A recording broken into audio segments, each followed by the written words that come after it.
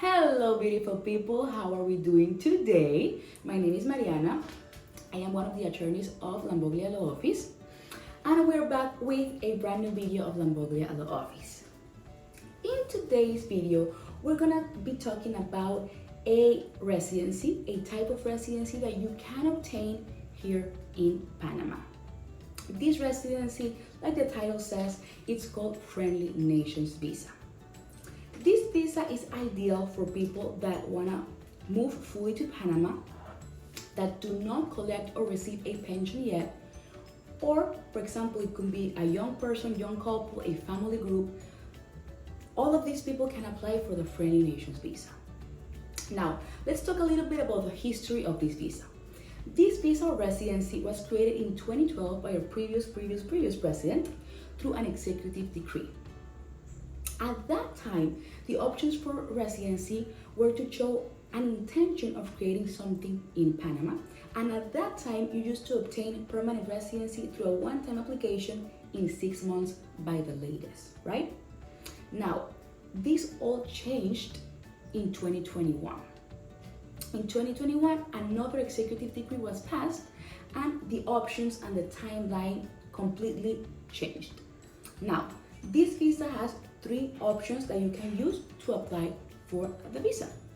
Option 1 would be if a company here in Panama hires you as part of them, of course, or maybe that you create a business here, a functioning business in Panama, and you hire yourself through the company. Option 2 would be to buy real estate in Panama. It can be any type of property, a vacant lot, condo, home, house, etc., for 200,000 USD. And the third option is going to be to open up a CD, long-term deposit of $200,000 in a local bank in Panama. These are the 3 options that you're going to have to apply formally for this visa. Now, something very important to notice is that this visa option is only for citizens of certain countries. You can, of course, review if your country is on this list in our website. Now, let's talk about timeline, right? The timeline is the following. To apply for this visa, you have to physically come to Panama to apply for this visa. If you're applying for this visa by yourself, you have to come solo. If you're applying with your spouse, legally married couple, you have to come both together at the same time. Or if you're applying with your family, the whole family group has to physically come together to apply for the visa. Now, when you physically come to apply, ideally, you are gonna need some documents to apply for this visa. Examples: police report, marriage certificate, birth certificate. All these documents that you have to bring from your countries have to have some and comply with some legalities and have to be translated here in Panama if your country uses, of course, another language that is not Spanish, right?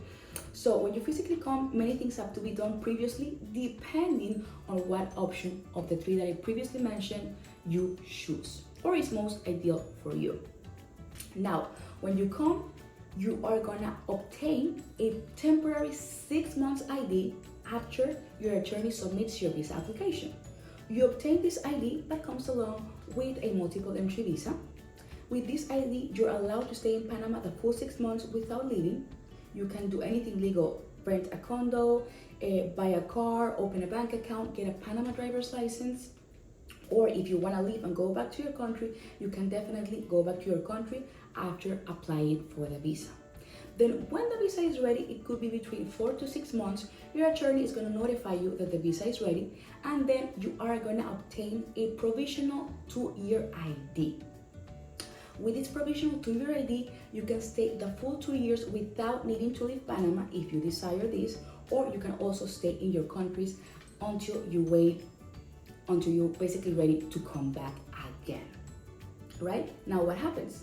Before this 2-year provisional ID expires, before this happens, you have to come physically again and reapply for the visa, basically submitting a new visa application for permanent residency, proving that you kept whatever of the options you choose for all those years.